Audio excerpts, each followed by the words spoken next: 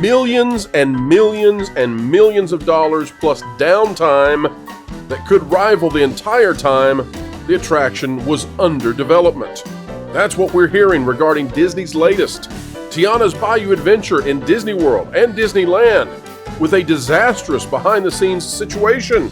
It's casting a dark spell over D23, and there may not be much there either. We'll tell you all the latest right now.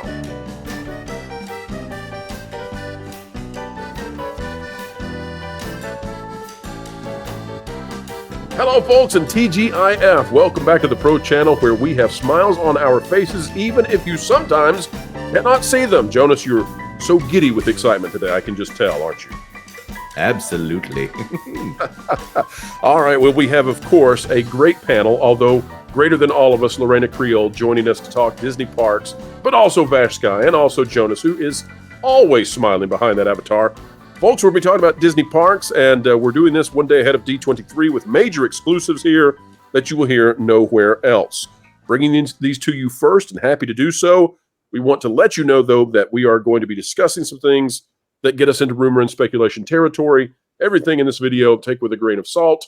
That said, we've got a track record. You go check it out and see what you think and whether you should believe what we have to say. All right, panel, we're going to start off today with a discussion about Splash Mountain, now turned to Trash Mountain. It is Tiana's Bayou Adventure, and we've got a huge scoop here from a source, and we can't disclose the source, but we're very confident. Again, take your sodium on this one. Here's what we've got. I am hearing that the issues with Tiana's Bayou Adventure go far beyond the report that we gave last week regarding the logs and parking them at Typhoon Lagoon and it warping them and causing issues with the timing and all of that. That may be a significant factor, but what we're hearing now is that according to our sources, the issues with Tiana's Bayou Adventure at Walt Disney World, well, they're having them at Disneyland, even though it's not opened yet. And Jonas, I'm hearing that Disneyland no longer has an opening time frame because Disney is scrambling to figure out what to do, and the cost here is ridiculously high. Jonas, what have you heard in terms of how much it's going to cost? And as you start talking about this, folks, it comes down to those really fancy animatronics. They are fatally flawed, and that is incredible. Jonas, what do you have? First of all, I just want to reference what is not grain of salt rumor right here. They still have Tiana's Bayou Adventure listed on the SEC filings and the investor presentations for this year. But that being said, they also have Blade listed for next year, and that doesn't even have a director attached to it. Oh, Lord. So that is also Tiana's Bayou Adventure is the only attraction that isn't a DVC thing or a cruise ship that is listed there. So they essentially have nothing. Oh, wait, they did list the 70th anniversary of Disneyland out there as an event for next year for the park. So what we're basically hearing here is that Imagineering understands that they have not just a couple of tweaks to work out. For those of you who have not been following the situation with Tiana's Bayou Adventure, the ride is getting worse. It is not going in the right direction here. The stoppages and the evacuations are getting more frequent, and the animatronic issues are getting more pronounced as they continue. It's barely operating. Right. I mean, this is essentially like they can't keep going this way. Right, and it's to the point where while Rise of the Resistance is known for shutting down frequently, that's at least off in its own corner of Hollywood studios. It's not apparent from outside of that ride that it's broken down, other than someone telling you that it's broken down. With Splash Mountain, it's very apparent. In this case, I think that they know. And our sources are telling us that they know that they have to fix this, and it will cost between $150 to $300 million, depending on if they do both parks at once to fix these rides.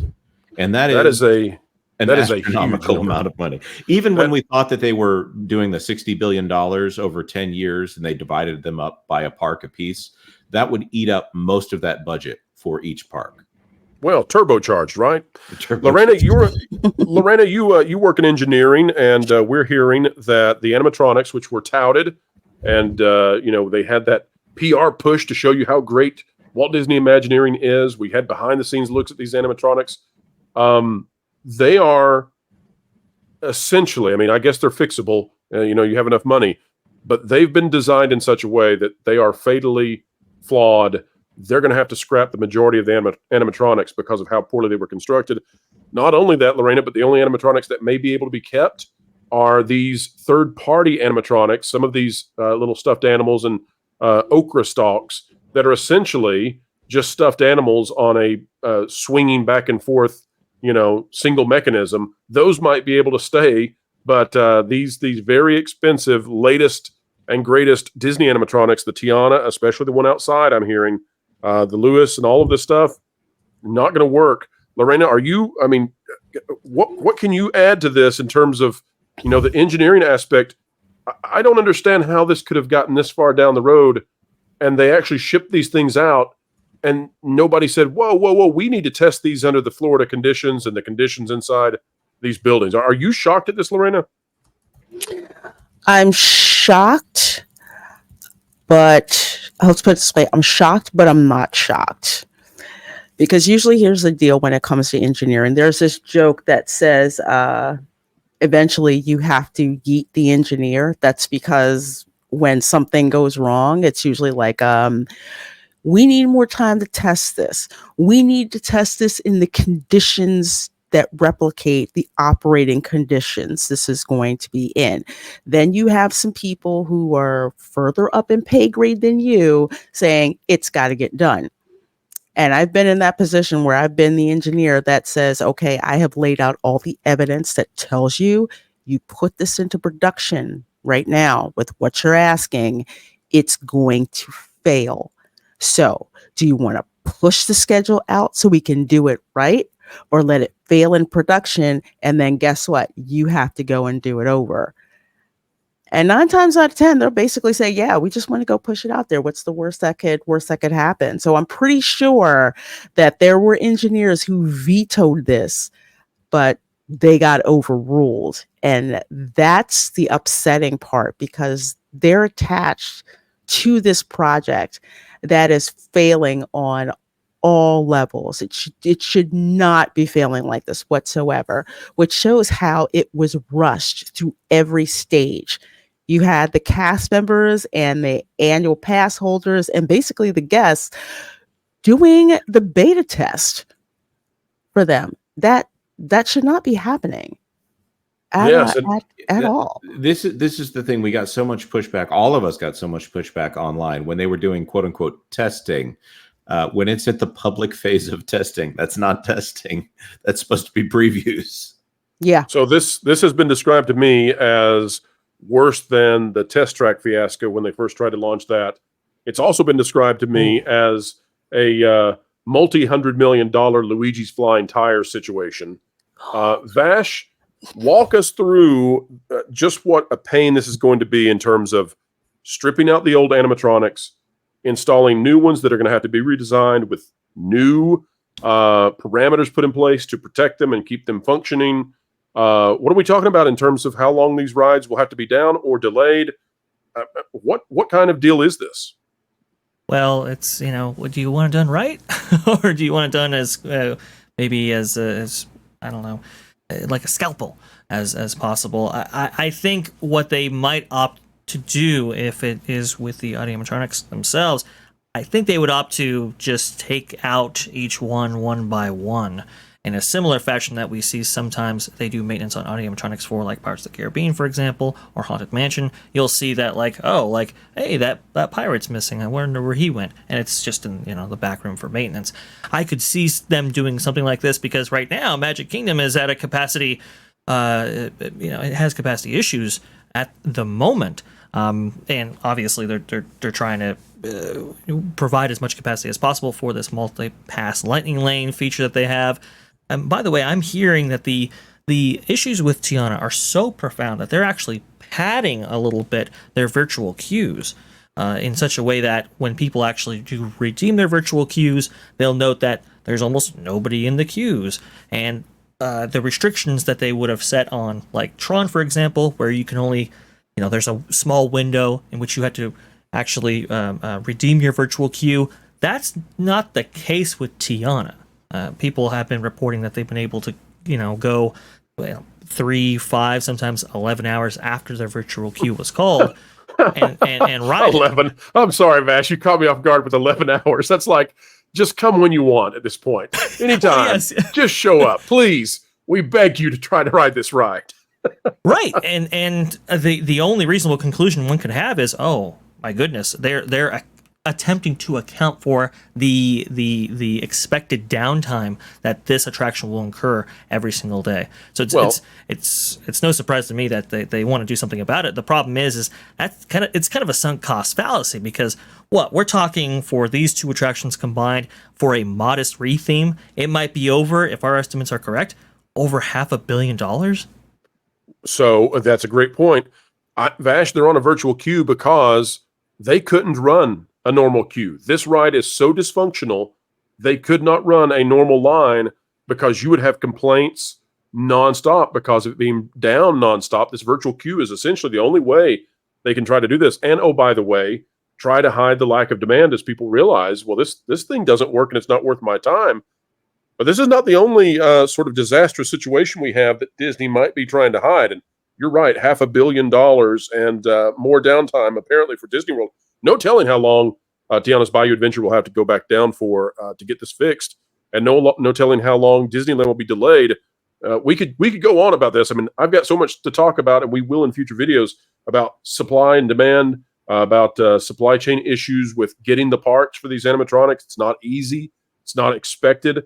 But let's move to a different topic for just a moment. Jonas, you've also got something else regarding Disneyland beyond just Tiana's.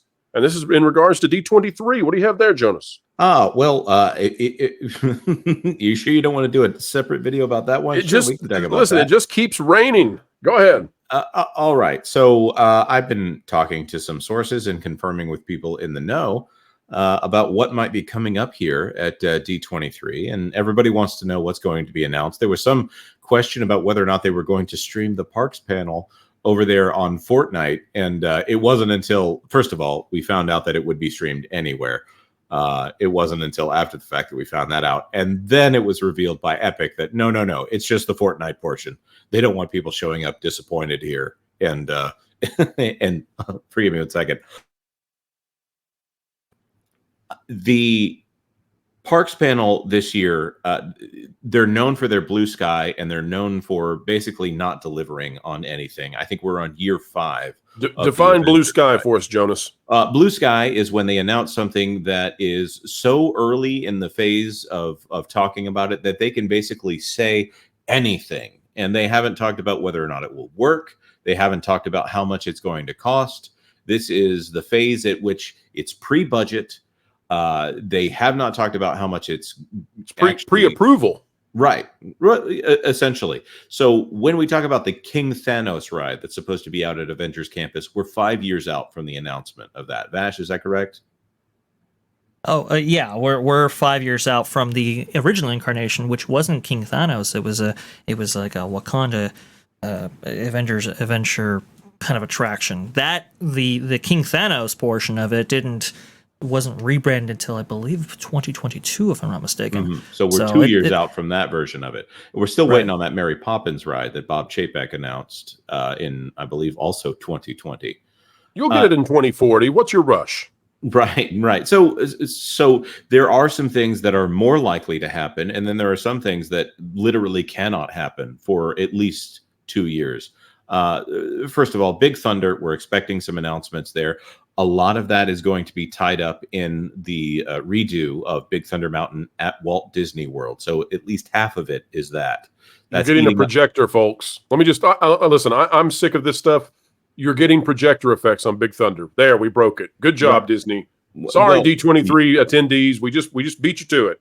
Right, and the projector effects. And the rumor about the entire track being replaced, I don't think they have the budget for that right now. I think it's going to be some more just maintenance on that one. At best, we're getting a lift hill change, but that is sorely needed. Right, and if you've seen the projector effects, they're visible online. You can go look for something like that. Now, there are rumors, and this one is, if we have a grain of salt, this one is a big old pile of salt right here. This one is Ooh, not confirmed. we're out there in real rumor territory. Okay, what do you got, Jonas? Something is going on with Tomorrowland at Disneyland, and it could be that they announce a new Tomorrowland out there. But even if they announce it, the problem is out there, and I've checked with sources outside of this source, and they've said that before they can work on Tomorrowland, they have to build a new parking garage out there. Why do they have to build a new parking garage? Because out at Disneyland, and Vash, you can help me out, you're more familiar with the geography in there, they have to demolish the existing parking garages, but legally they can't do that because the city of Anaheim, the agreement they have with the city of Anaheim, they have to supplant that with more parking elsewhere. So building a parking garage, that is, if you're going to have something under heavy scrutiny, heavy inspection, it's going to be something that is meant to hold a whole bunch of people and their cars for a very long time there. So that's going to be a long construction project for them out there before you're dampening my belief that we're going to get a fixed people mover in Disneyland. I darn it, Jonas, my decades-long dream. I'm still bitter that I never got to ride Rocket Rods. Hey, let me toss it to Lorena before we go to Vash.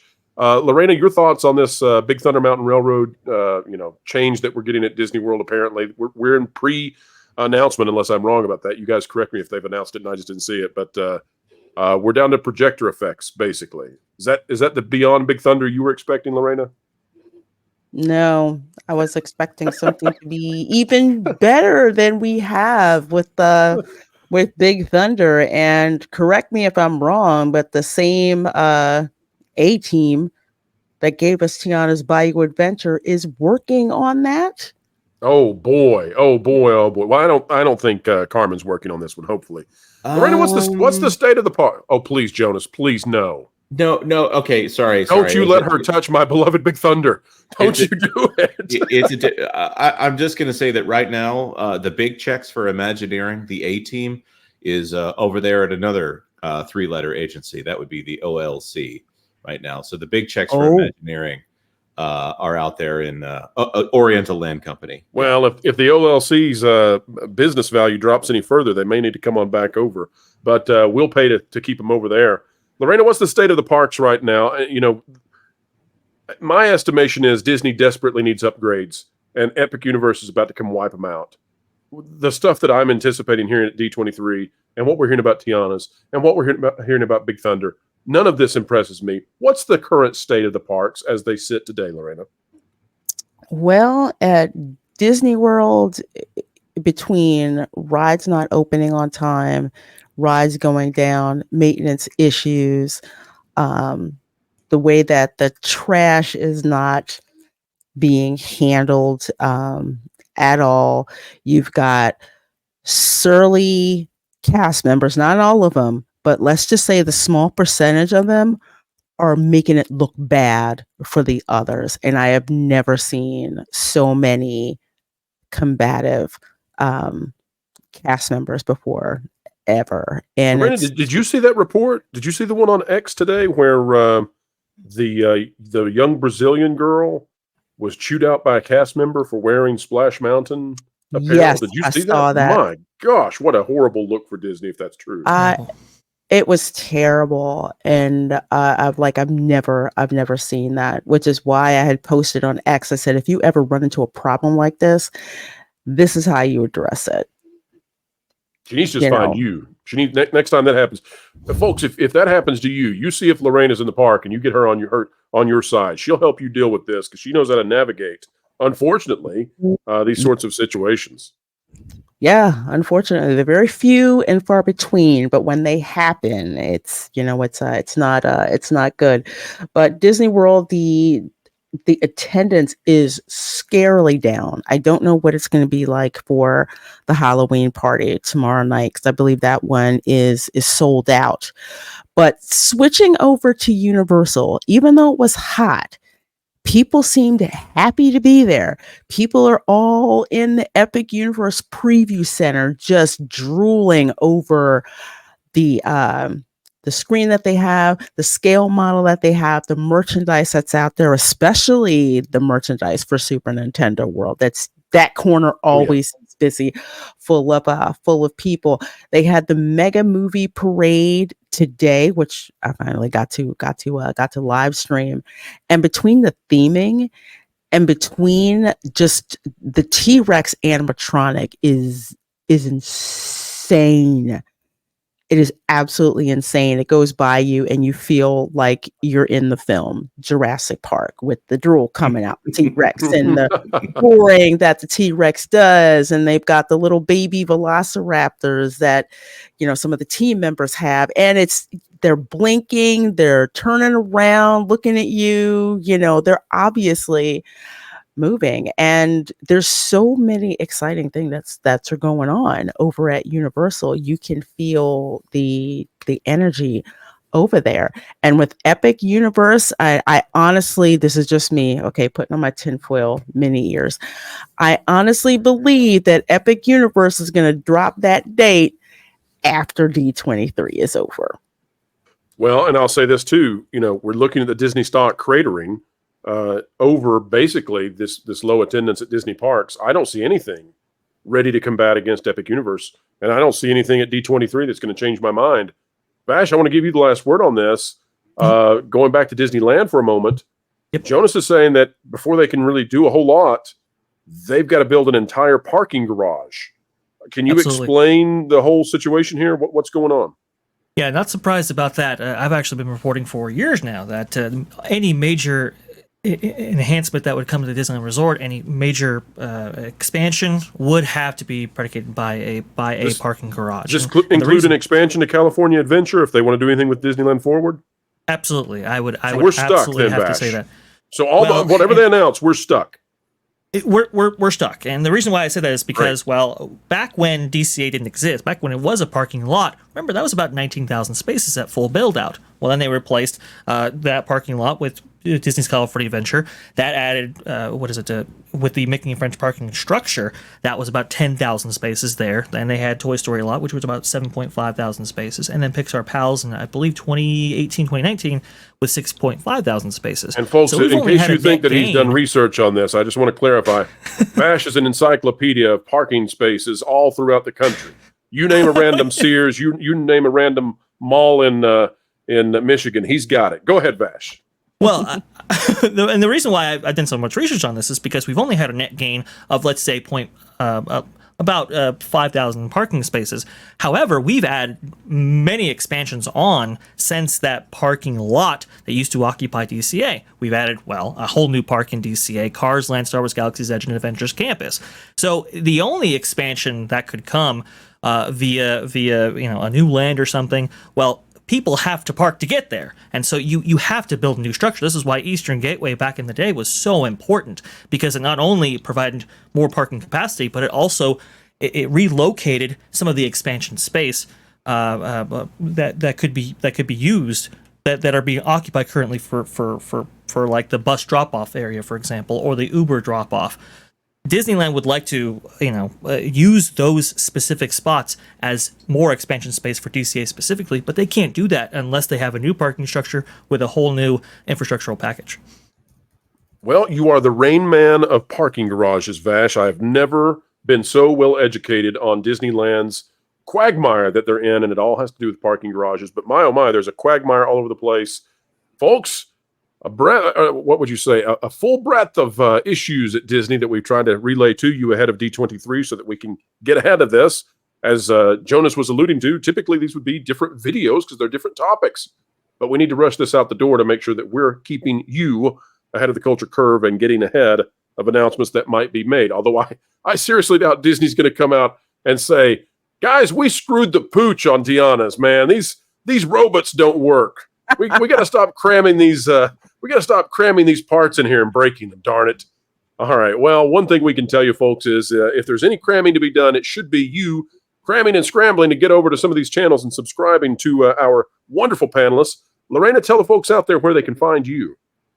Well, folks, you can find me on Instagram. You can find me on X. You can find me, of course, on YouTube with various videos and live streams for spicy pop culture analysis. And I always keep it real when it comes to theme parks. And speaking of theme parks, tomorrow evening I will be live streaming from the first Mickey's Not So Scary Halloween party of 2024. So please do come hang out with me. We're going to have the best spot in the house to watch the parade. We're going to watch the stage show, and we are also going to take in the fireworks, and I will be answering your questions about the party as well. Well, Lorena, I hope you go on the hunt for caramel apples. I hear for some strange reason they're not going to have caramel apples at Disney anymore.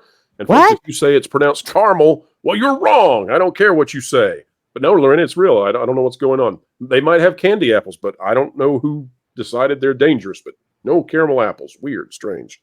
Something that's not weird or strange is being a subscriber to That Park Place and to T3PO. Jonas, I'll give your voice a rest. Let's hand it to Vash. Vash, give us the bump, the outro. Give us the plug. What do you got? Absolutely. You can find Jonas is Vash. Wilton, what did we say? You're not allowed to get in here.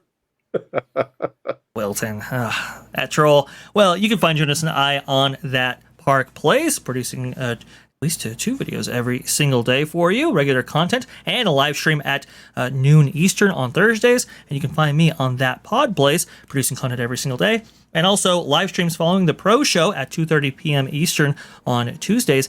And Hollywood Backlight with Lou and You live show on 2 p.m. and that's on Sunday. So you can find us at those various channels. I'm sure there'll be links in the description. Definitely check it out. Check us out.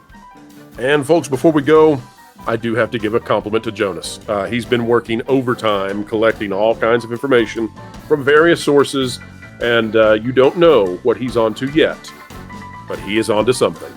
And it's bigger than anything we talked about here, if you can believe it. And we talked about a $500 million mistake at Disney's most popular attraction. And it's way bigger than that. So, Jonas, keep up the fantastic work, sir. Thank you. Thank you very much. Oh, I can't wait. It's going to be a great fall, folks. All right, until then, we only ask that you click that like button, share, subscribe, click it, stick it to the algorithms. It is the notification bell. Drop a comment down below. Let us know your thoughts. And folks, until we see you again, keep learning, keep growing, and keep having fun. Are you sick and tired of stuff being swept under the rug because you or the media are too lazy to actually deal with it? Or are things just building up around you so much that you can no longer ignore it? Also like the mainstream media? Well, I got the solution for you. I'm Wilton the Troll, and I want to tell you about this revolutionary new product called Jonas. That's right, no longer do you have to put up with stuff shoved under the rug. You can actually get rid of it and dispose of the problem in seconds by using Jonas. You can, in a matter of seconds, deal with the political and illogical buildup of the muck and grime around you effectively and efficiently with Jonas. You might think this is an ordinary vacuum, but you'd be wrong.